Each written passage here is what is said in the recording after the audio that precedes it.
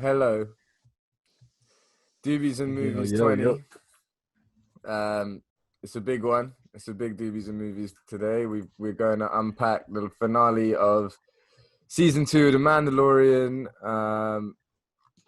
What was the name of it again? Something like the Rescue. That's it. Season 2, Rescue. episode 8, The Rescue, and also kind of give our thoughts on the season as a whole. Joining the Star Wars expert Steve and Joe. I got Lou making a return. And I got the debut of the Brandalorian himself, Brandon. Gang, gang. Yeah, Brandon, since it's your first time, want to tell me what you thought of the episode and maybe the season as a whole? Yeah, I'm skywalking, baby. It's the return of Luke. I thought the CGI was a little bit suspect on his eyebrows, but I thought ultimately there was going to be a few options floating around for who was gonna save them. I think whoever was talking about, the fact that Yoda was contacting the Jedi on the stone with that energy flow was spot on, because I didn't actually think of that really until someone brought that up. But yeah, I think it's I think the way that it's resolved is really nice. I think that I would have liked to maybe see a little bit more happen with um, the guy who'd been captured. What's his name? What, Moff Gideon? Moff Gideon. Yeah, yeah. I thought there was a cool fight with him and the Mando. But yeah, I really rated it. I thought it was great. All right. Lou, because we didn't hear from you last week, what are you saying? I thought it was great. I thought the finale was sick. All my questions were answered. I was a little bit disappointed about hold on. I was a little bit disappointed. Last epi I didn't think was very good. It was a bit of a slow burner, but this one packed every punch I could have possibly wanted, if I'm honest. So yeah, it's sick. I'm kind of a little bit concerned about where it's going to go, like how it can go to another season at this point. Like that felt like it could end there. You know what I'm saying? But I'm guessing we'll talk about that a little bit later on. Yeah, no, I'm sure we will. Yeah. Yeah, before I say too much, Joel, Yeah, again, we'll leave Steve for last. I'm sure he's got a lot to no, say. what everyone else has been saying has been right. The only thing, I just think the episode could have been a little bit longer, to be honest. It just did, yeah. Yeah, we could have had more with Moff Gideon. We could have had more with the ending and rounding it up. But he's such a big threat. It was kind of, yeah, I don't know. I felt like they could have done a bit more. But at the same time, as soon as Luke comes in, it's so cool. All the shots, like the bit with his hand when you're like guessing who it is, and you see he's got the glove on. You're like, oh, come on, it's got to be Luke, you know. Yeah, no, that was really good. But yeah, I don't know. I do feel like they could have done a little bit more, just with like the build up and making it feel like there was kind of more stakes. I guess like the stakes didn't feel quite as high as maybe it could have done. But other than that, I mean, I really enjoyed it, to be honest, and just fucking awesome seeing Luke. I thought the CGI was cool, to be honest. I thought they did a pretty good job. Steve? Yeah, I think it was pretty good. I agree that with Joel, it definitely could have been a bit longer. I think for a finale episode, especially for season 2, like they could have done maybe a 50 to maybe an hour. I don't know. It would have been a sick little episode if they really drew it out just as long as possible, so you get as many minutes as possible and just way more of that action. Because I found that was pretty good. I mean, some of the I wish like Ahsoka had made a little kind of venture in. Like I understand Luke. Don't get me wrong.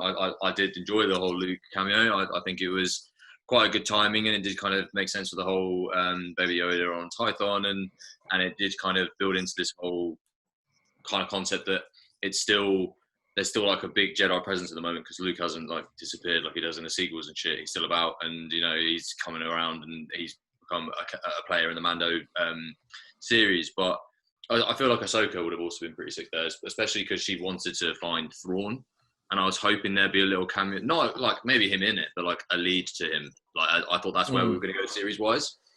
But in the Ahsoka series now, though. Yeah, you're probably right, but I feel like it would have at least maybe just mentioned him, so then it could lead into this series like it did for Boba at the end. That's true. Yeah, that's true. Yeah. I do see what you're saying. Yeah, I thought that was really good. On the most part, I think it was better than last week, but I still don't think it was as good as the double punch we got with Ahsoka and Boba Fett's introduction. I think that I do think that they beat him too easily. I know they dressed it up as like, ooh, I get the Darksaber rules, so I've let myself get got. But then Luke just comes in and floors him, and then he tries to kill himself. So what was his plan? Surely if he knows everything, he literally tells Mando, assume I know everything, and then had no backup plan the whole time for Luke coming in at the end. And I don't know, for the big bad 2 seasons, you get Gustavo Fring. If he doesn't have another plan up his sleeve, if he doesn't have something to say in season 3, I'm going to be a bit disappointed with him as a villain.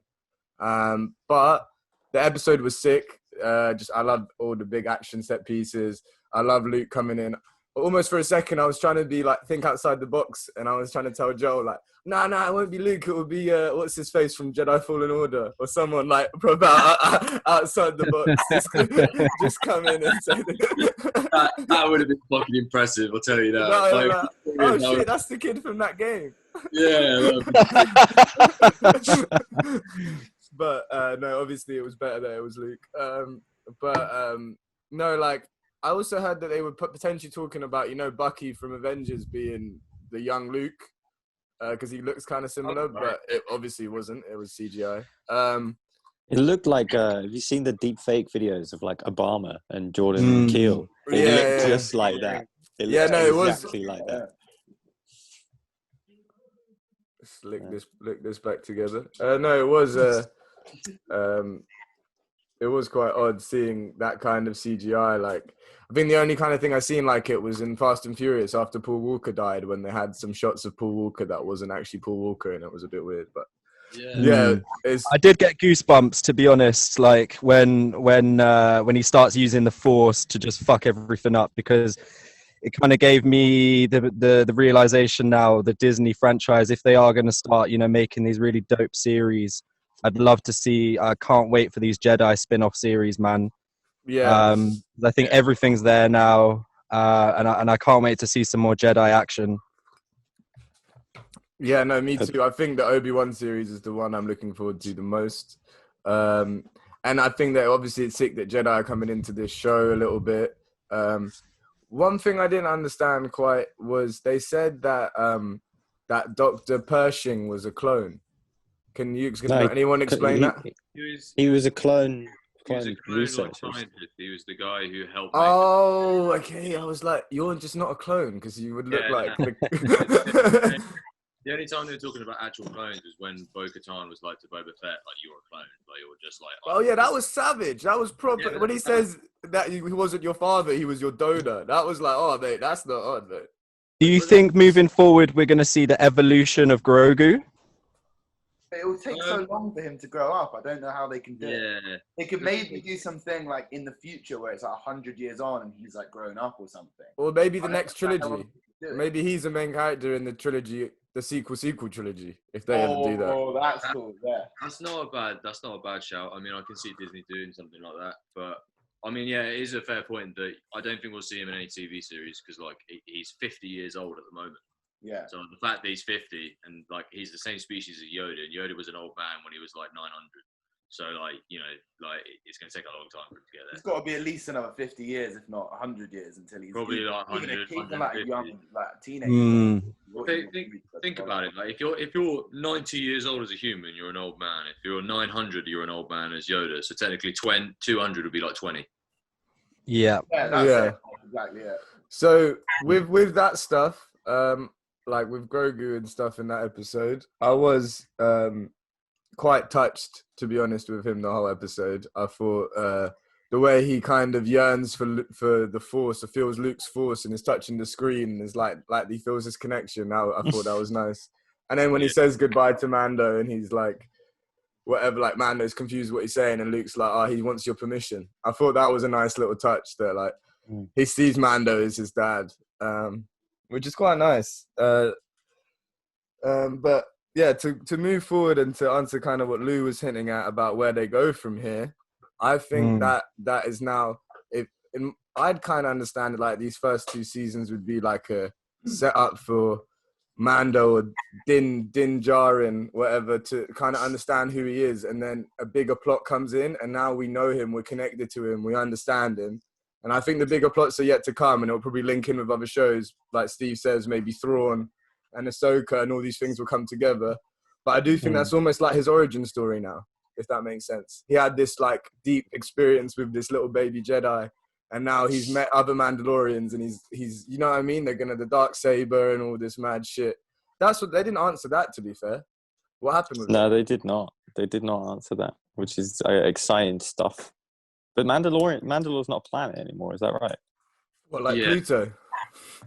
Yeah. So No, like, yeah. Mandalorian, like basically because of Mandalorian, they're like warrior past. When the Empire took over, they tried to dominate Mandalore. Mandalore rebelled, and then they just like pretty much turned Mandalore into kind of like a sand planet with no vegetation, fucked it up, and just essentially just killed majority of Mandalorian. So like when they say, like when they were talking about Bo-Katan and Darksaber, and it was talking about how like now Mando's won it in combat, so now he's going to be the ruler of Mandalore. If you watch Clone Wars towards the end, if you haven't already, that's what it's talking about, and you see it, and you get to see some other characters that go through the same shit, and it just means that essentially, even if Mandalore is a dusty planet or whatever, they rebuild it with a new fucking mad fighting people with jetpacks and shit like that, or would like to. That would be like whoever has a Darksaber would like be their leader, their king, their dominator or whatever. So could that be a season 3 plot? Yeah, I mean, it's quite plausible now that, I mean, they touched on that in that episode, talking about where Bo-Katan could have attacked Mando just to take it, because that's what Gideon wanted. Yeah, that was his plan. That would just fuck up the whole team and they would start fighting each other. Yeah. Which I kind of wish that she had done that. I mean, it would have added to the drama for sure. Yeah, she's renowned for wanting that Darksaber because she wants to recreate Mandalore and rule it. And that's what she wants. That's a good point for me, because she's met the bloke twice now. She was already savage to Boba Fett, Custon. She's obviously got it in her locker to be like, look, that's my fucking Darksaber. I'm going to beat the shit out of you. I don't understand why it's an issue, because he just, all Mandalorian did was just beat Moff Gideon in a fight. So surely they need to have a fight, and if she beats him, then the Darksaber's hurts. It's not like kill him or like really hurt him or anything. They just have a fight, he lets her win, she takes the Darksaber. But how could she do that? How could she do that? He's got pure Beskar armor on. That's the point. He's just like, if he just goes either, just let. To be fair, I'm pretty fresh off of the episode, and I'm just trying to remember who ended up with that. Mandalorian ended up with Mando. Okay, so yeah, I think that could definitely be an interesting progression moving forward. And also Pedro Pascal, he seems to be his face is appearing a little bit more now, and I think he's got a lovely face. I wonder if moving forward we're going to get a little bit more from him. If it's the first time I think I've seen that Mando's kind of getting over the whole I don't take my helmet off kind of attitude. I think what Bill Burr said to him got through. I think not on a complete level. I don't think he completely thinks that it's all bunch of shit, but I think he understands that there are more important things than it. I think that's what he's learned. I don't know how to get more going forward, how much he changes. But I think that's what he learned. He wants to embrace and say goodbye to what he sees as his kid or whatever, and he thinks that's important enough to have that moment. And I think that's what Bill Burr was kind of getting at. Everyone has their lines, and at some point you cross your lines. And did you notice last episode he had a mustache, and this one he didn't? So he shaved. When was he shaved? On the ship. Maybe Baby Yoda goes underneath there with a little. No, that's a quality little reference. I didn't spot that. But I do think his face is very Star Wars, and I think he's a great actor. So I think it could be interesting seeing moving forward. I think he's got a little bit of Harrison Ford about him, kind of original Han Solo. Kind of leading kind of guy feel about him. He's definitely got that. I'm all for the helmet coming off. I mean, since Game of Thrones, I think we've all been a fan of old Pedro. But I think it's almost like when he does take his mask off, I always think he acts it quite well. He always seems like quite a lost and confused kind of person about the helmet. And yeah, you don't cast someone like Pedro Pascal to just hide his face for the whole time, but we'll see. We'll see how much of his face we'll get in the future seasons. Sorted him out though when he took those punches. He seemed like absolutely twatted in the head by that the dark trooper. They did those quite well because the only time I've actually ever seen Dark Troopers like appear was actually on like other than like comics, like old Star Wars comics, and like it's actually been on one mobile game, literally on the iPhone like that. That's literally the only time I've ever seen it. But they're not in like Clone Wars or Rebels or anything. No. There was never anything like that. Like having like troopers in suits that eventually turn into droids that are actually like wearing the same armor and all that kind of shit. That's only really happened in like old Star Wars comics about like the Empire and shit. And then literally like in a phone game. That's it. Are they based off Darth Vader's armor? So they're based off of, so basically Dark Troopers originally used to be like the guys who wear black armor, kind of like a stormtrooper. They were like the kind of like heavy army geezers. Eventually they kind of got replaced by the Death Troopers, the ones in Rogue One, the ones that have that sick mask on. And then so they used to be those originals, and then they started like doing more kind of background stuff, like defending specific areas and shit.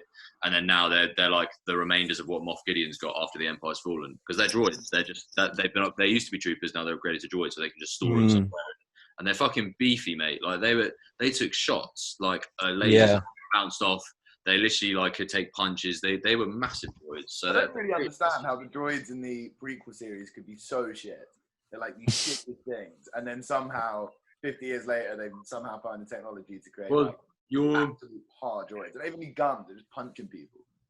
Yeah, but you're forgetting, right? The droids that were made during the Clone Wars were made by Geonosians, and they were cheap and easy, so the Separatists could essentially like make a big enough force to like kill people and do mad shit, but not big enough so the clones could fail, so the Emperor could still win. It was all a plot. So like all that shit is like it does play into this kind of step-by-step thing that Palpatine put in over the years that he was chancellor. Jeez. Yeah, that's it. Dropping knowledge. Yeah, so on it. But like so then when it's Empire are, I mean, they're rich motherfuckers that own the entire galaxy, and they hate everything. They want to kill everything that ain't Empire. So they just build droids, and they've got the money, they've got the resources, they've got the knowledge, because they have like technology that is the Death Star. There's no real force out there that can deal with the Empire in terms of money, power, and technology. So they're the only ones that would have droids like that. No, it was sick. I thought they were sick. I like the way they were like punching the doors down slowly. It reminded me of Bucky in Civil War when mission report, and he's in the cage and he's just trying to punch and break out. It reminded me of that. Anyway, no, I like that. It was kind of like scary the way they were kind of coming in, and definitely badass motherfuckers. I also love that bit where the stormtroopers came out and then they stopped for a second, and then the two Mandalorian women came from like their jetpacks up and just parred them off. That was another sick bit for me. I like seeing all the different kind of Mandalorians and how they kind of fight similarly but different at the same time. Yeah. But yeah, what else in this episode do we need to touch on? I mean, the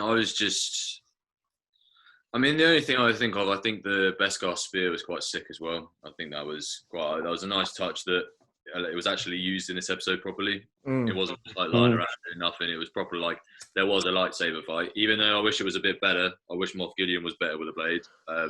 That's the biggest disappointment for me generally is Moff Gideon in that episode, to be honest. That fight was so sick. There was one bit where he kicked the spear and then it came around and it went right over his head.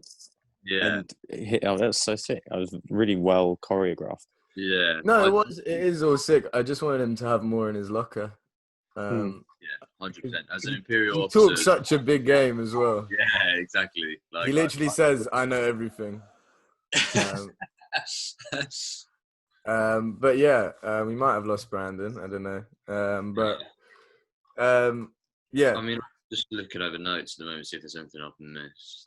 But I mean, The But only what was thing. the end bit? Oh, Boba, right? I think that's. Oh really sick. yeah, the post-credit scene. Yeah. Yeah. So just do we all understand what's going on there? Like in terms of who it is. Who is the person? Who is So the blobby person? I can't remember his name, but like he was like Jabba the Hutt's like right hand man who like helped just like enslave people and you know like deal on bounty markets and all that kind of shit like Jabba was involved with. And Boba, essentially now that Jabba's dead, I'm assuming wants to be like the leader of the cartel and wants to like you know own shit and be the biggest bounty hunter again and just you know be Boba Fett again because he's got his armor. He can do whatever the fuck he wants again. Are all the Hutts dead? Or is the whole Hutt family dead? So yeah, I think I don't know if the whole Hutt family is, but in the Clone Wars you see loads of other like Jabba the Hutt ugly motherfucker slug things like get shot up and shit. And they do die, the majority of them. So Jabba was like one of the remaining ones. However, one thing that has never been touched on by, so the Clone Wars touched on it, but never finished it. And one thing that never got touched on by any of the films or any of the other series, Jabba has a son. Like if you watch the before you watch the Clone Wars series, there's a Clone Wars movie, and literally it's like literally Jabba's son plays like the key element in it. So like it's all about Jabba's son. So I don't know what the fuck Jabba's son's saying. He might be about. Yeah. Go on, Jabba's son. Where are you hiding? Maybe in the Boba Fett series coming on Disney Plus next December with the same month as season 3 of Mando. So Disney obviously decided that Star Wars and Christmas go together. They decided that for all of their films that they've put out. So they're continuing that theme. And it works, I guess, around Christmas. Yeah. You want to watch Star Wars. But yeah, no, it's exciting. And I think the Boba Fett series is like I said, when I first heard of it, I was like, oh, okay, great. But now I've actually seen how they've done him in this show, and I was about to say tease or sting, and I kind of got mixed up. That little sting or tease at the end was really good. And it could be another sick, cool action series. But yeah, should we move on to talking about the whole season? What we thought now is over. How we thought the season was compared to season 1. We talked a bit about what we hope for season 3, but yeah, just a roundup of the season as a whole. So the whole 8 episodes. Someone want to say anything? I can go first. Yeah. Yeah. I mean, I think season 2 has definitely been a good improvement on season 1. I think season 1, don't get me wrong, it was a nice kind of introduction to Mando, and it wasn't too intense, it wasn't too complex. It was I think they were playing it safe. I think 100%, and it wasn't like a Breaking Bad level, but it was still a fucking good season in terms of like making good enough plots in order for you all want to watch it again. Yeah. And then season 2, Tick the boxes did the job. Yeah, 100%. You know, it made you want to watch season 2. You know, like we have. So and then season 2, I think has pretty well improved on it. I think it's really developed some good plot lines. I think, don't get me wrong, it's not perfect. It's definitely not 10 out of 10, but it's got its merits, and it's got its kind of feet onto what it wants to do. It's built an even deeper relationship between Mando and Baby Yoda, like you kind of half expected it to, but it's done a really good job of that. And then it's also developed on the whole Baby Yoda Jedi thing. It's developed on the Darksaber plot. It's developed on the Empire. You've seen way more of their resources and way more of them. You've seen much more of other characters. Big shout outs obviously to Boba, Ahsoka. You've seen Luke now. It's really developed a kind of universe rather than just being a kind of little corner. So it's very much so improved. Don't get me wrong. Like I said, I still change things, but it's well on its way to being a fucking good series. No, I think I agree with a lot of that. I think that season 1 was trying to just make sure that it wasn't fucking with things and trying to re-earn the trust of the fan base, and then season 2 was like a reward for that re-earning of trust. Like.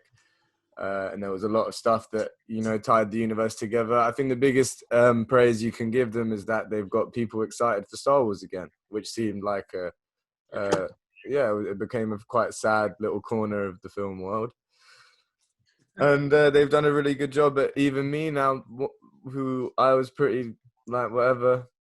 Now I'm generally excited to see what they do. So yeah, I want to give them a lot of credit for that. I think that, like you say, it could be better. I think that there's just certain elements which I think now, which worked for it in season 1, like we've talked about, longer episodes or more episodes is needed to turn this show into a better show. It needs more time to let characters develop, to get more complex, and let plots be more complex, let things be more nuanced, because they can't get away now with the simple plotting that they have rode on thus far. They have to start, because people get bored. It's developed right now at the right pace, but season 3, I think, has to start being a bit more complex. I don't know how to a better word for complex, but just more like, I get that. Less of like the individual episodes about individual plots and kind yeah, of more intricate. more intricate, deeper, more complex plot. Each episode really having something concrete to do with the plot. But I think they'll do that. I think they know that that's what they need to do. Yeah, 100%. I do trust them. I definitely do. But it's harder to pull that off. Like, you can know that you have to do, but it's easier to do the simple format they've been doing than do the longer form and more intricate plotting. We're just talking basically, Brandon, now about the season as a whole. Our thoughts in the season as a whole. Sorry, I glitched out. No, it's calm. And we were just kind of talking about, or I was kind of talking about, how I hope as it goes on, they either have longer episodes or more episodes so they can kind of get more complex plots coming through. But yeah, what were your any final thoughts on the episode that we didn't mention because you kind of glitched out?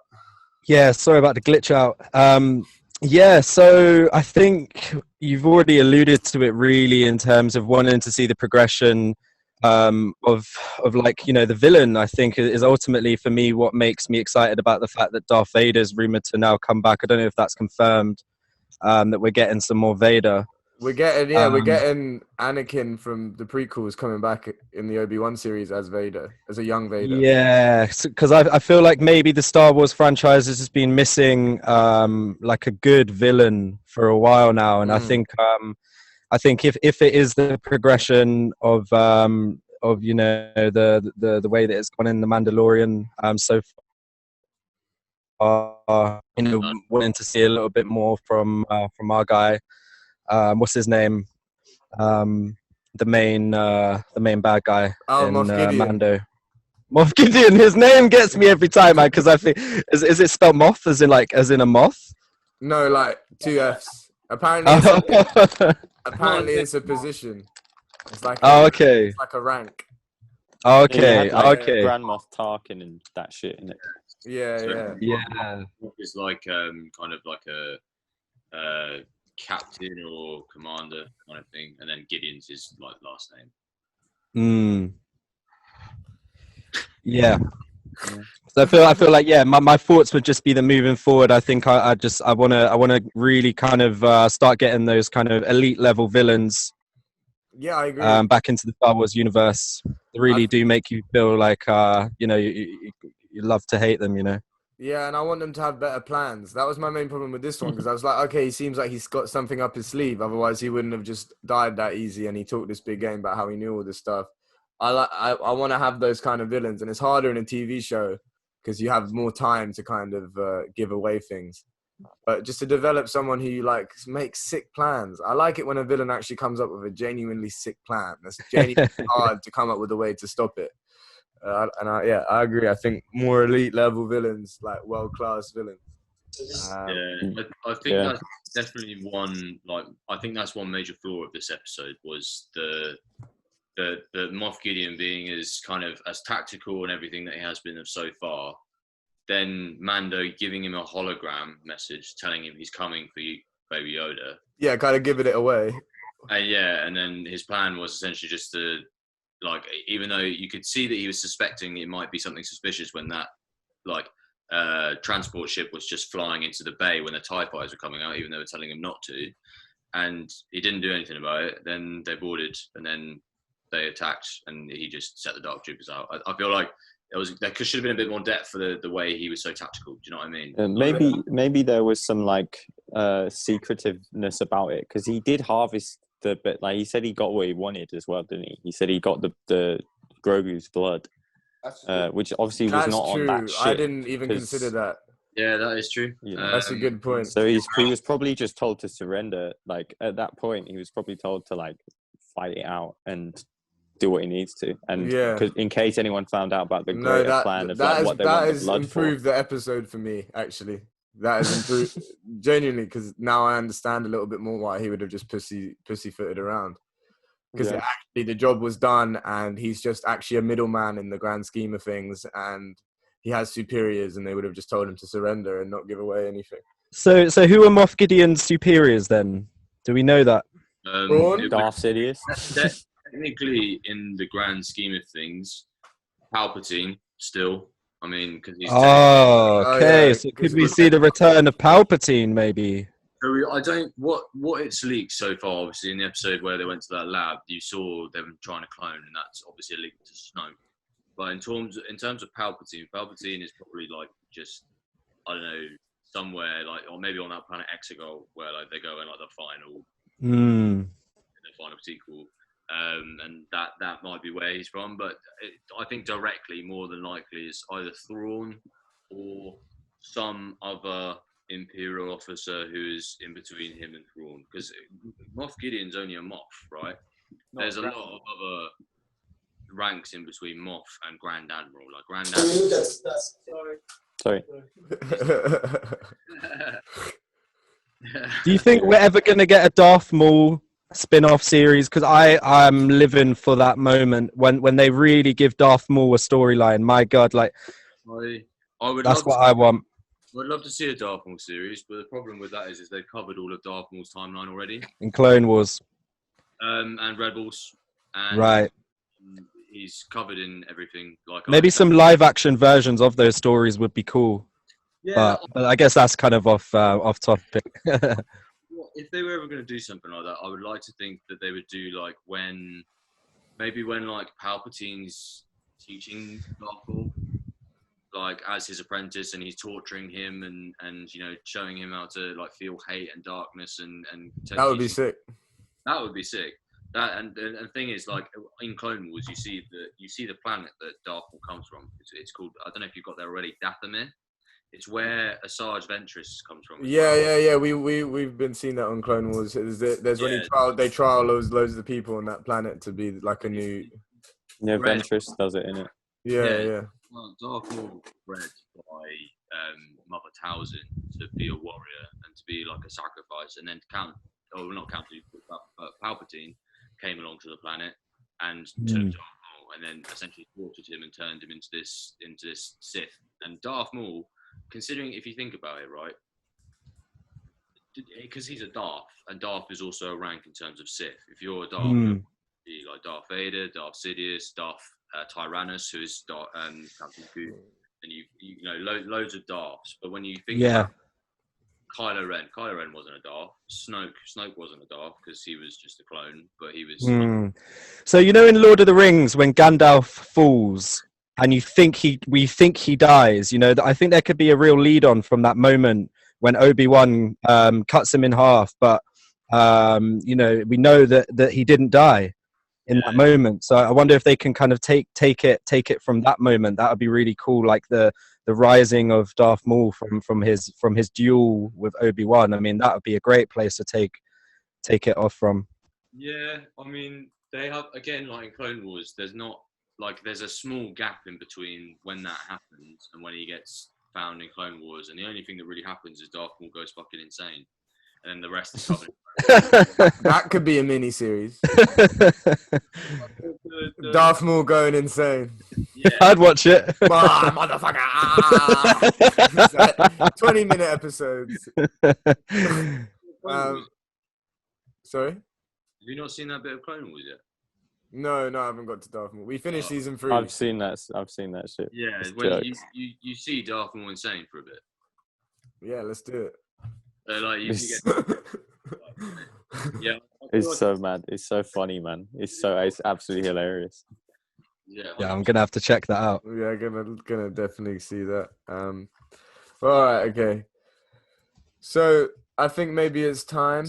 Obviously, when it comes around to you can give any final thoughts, but to maybe rate the episode and then the season as a whole. So look at my screen. So Joel, What was your rating for the episode in the season? Any final thoughts? I think for the episode, I'm gonna have to go a bit lower than I have been. Probably 8.5. Just because, I think bringing Luke back in and having the big fight with Moff Gideon, I feel like it was a bit of an easier episode than some of the other ones, and I think they just could have done a bit more with it. Having Luke back in is so sick, but Luke coming back in is always going to be sick, and I just whole season, I'm kind of torn between 8.5 and a 9. Just because the first season I would have given an 8, and I do think it was a good bit better. Definitely still room for improvement, but it was such a good season overall. So yeah, 8.5 or a 9, not quite sure. Okay, Steve. I think for the episode, I'd say 8.5 for the episode. So I'd agree with Joel. For the season, I think I'd probably go for 8.5 again. It's not quite a 9 for me this season, but I wouldn't say it's an 8 either. I'd say an 8.5 is probably a good good midway in terms of exactly kind of how I've rated it. I mean, it's been a good series, and like the combat has gotten better. The plots are definitely thickening, and it's kept fairly consistent. I feel like in season 1 it was a bit less consistent because you had some sick combat episodes, and you had some episodes where Cara Dune and Mando were just drinking in a pub, basically. Like it went from up to low to quite easily, and I think the mix between the director, don't get me wrong, he's still sick, but they had some big contrasts in terms of episodes sometimes. Whereas this one, it stayed a little bit more consistent in terms of the overall plot line, the overall kind of area in which they wanted to go to, because they introduced the Empire fairly early onto it, and then they developed that further and more, even though it was underlining in some episodes and you knew it was coming. But yeah, I'd say 8.5 for both, personally, for me. Cool. Lou? I say 9.5 for the episode. I really rated it. I really rated the whole thing. I like the positivity. It got me really hooked straight away. I knew what was going on. I really enjoyed it. The season though, just 8.5. With all the comments, it just should have been longer. Like the episode should have been longer because there were so many characters introduced, and like they're all becoming these little spin-offs, but truly they weren't really like. They were kind of just like shown, if you get me. We all got a glimmer of all these people, but we never got much like depth into them. Like Ahsoka, like you could argue like Bo-Katan. You know, we saw her and then she was doing a fight and then she was just a bit sad. But yeah, 8.5 for the episode. Yeah, sick. Brandon? I mean, yeah, I completely agree. I think I'm probably going to go for the solid double 8.5. I think moving forward, I think it has the potential to get better. I think if they can definitely find the balance between that consistency in the first season that you were talking about, I think completely agree there. Maybe this season was a little bit more kind of stop and start in some moments. But yeah, I think a solid double 8.5 from me, man. Sick. Before I give my rating, I did forget to mention the director's episode, Peyton Reed, the Ant-Man director that did the second episode too with the eggs. So it's the second episode that he's directed. The eggs one. The eggs are so funny. Yeah, the eggs are so cute. So fair play to him. But yeah, so my ratings, I'm going for both. I'm going to go for an 8. The episode to me overall, even though what you said, Lou, did help some plot elements of it, I just thought too much of it was a bit like, I don't know, this is what's going to happen and then it's going to happen. And there wasn't enough surprise. Luke, obviously, but like Joel said, there is a certain level of ease to playing the Luke card. You can't praise too much despite the fact that it was 6. So, I mean, 8 to me is still a very high rating. So I'm not really dissing it. And then, yeah, for the season as a whole, I think, yeah, those things we've talked about, just wanting more complexity in the plot, wanting more complexity in the character development. Like Lou said, there's a lot of Hollywood moments and people showing up to save the day, but where was necessarily letting them simmer and maybe understanding their pain or depth a bit more. It's more like you'll get to that in their own series, but at the same time, The Mandalorian is a series with its own supporting cast that need to be developed. So yeah, I mean, the qualms are minor, but it's why I think that it's an 8. But still, I loved it. I thought it was a big improvement over season 1. I thought it. I'm positive going forward. I'm like I say, the biggest praise I can give it is that now I'm excited for Star Wars again. But yeah. Thank you all for joining me. This is the 20th episode of Doobies and Movies. So what a milestone to hit 20 with all of you, and what's been a great season of The Mandalorian. And it's gonna be sad not to do this every Friday, but you know, we've got things coming. Always things coming in the industry cog of capitalism spinning. Always, always gonna get more. So we'll be back on your screen soon. Keep smoking doobies, keep watching movies. Unadulterated reviews, check it out. Unscripted, unedited, unadulterated. Like and subscribe to the page. Love and vibe every day. Doobies and movies, big up. Big up. Hey. Say. Bye.